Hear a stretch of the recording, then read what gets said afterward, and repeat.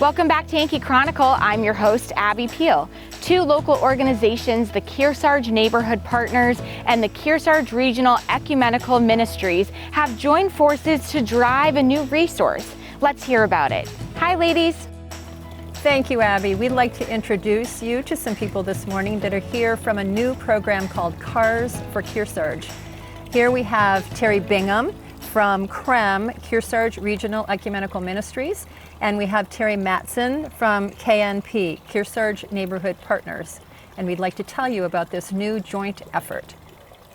But these two local organizations, Kearsarge Regional Ecumenical Ministries, and KNP, Kearsarge Neighborhood Partners, have joined forces on a much needed new venture to help folks in our community access transportation.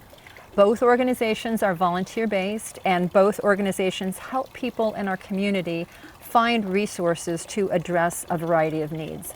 Dependable, safe transportation continues to be one of our region's biggest challenges. Both KREM and KNP frequently run into households who fall into crisis time and again.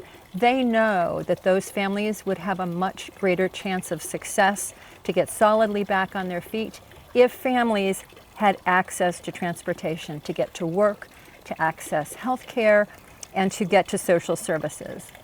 Recognizing this huge need for reliable transportation, volunteers from KREM and KNP put their efforts together for a new partnership called KARS for Kearsarge, Paving the Road to Independence. This partnership has three goals. The first goal is to obtain reliable used vehicles gifted from community members that can be transferred to people in need.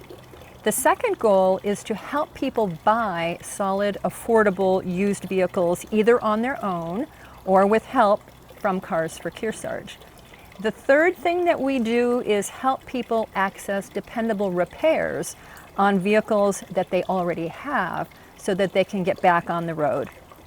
Here is Terry Mattson from KNP and Terry Bingham from KREM, the two chairs of this new partnership, KARS for Kearsarge, and they're going to tell us more about the program.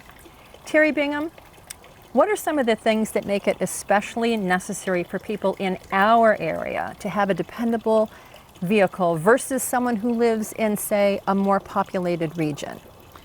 Well, actually, that's an excellent question, because really what happens is affordable housing is more available in rural areas. Jobs, on the other hand, tend to be more available in cities and in towns, which makes walking to work not even a practical thing for anyone to be able to do. In addition, in areas like ours, in the Kearsarge area, there's no public transportation. Moreover, there's very, very limited taxi-type services like Ubers, and if there is any that is available, it tends to be quite expensive. We've even had someone tell us that they paid $100 a day just to go back and forth to work to get someone to take them. And you can imagine that that makes it difficult for someone to be a reliable worker, may even make it difficult for them to keep a job, and it takes a tremendous amount of money away from their disposable income just to get back and forth from work. And I'd add too, it also makes it very, very difficult to try to even find a job, because most people want to interview in person. And if you can't get there, you're not going to be the candidate that's probably going to win. What a noble effort. We'll hear more from them next week about how you can be involved. When we return, Charles Glidewell will give us some thoughts for consideration during this season of change. Now, these words from some of the good folks that make your Yankee Chronicle possible. Stay with us.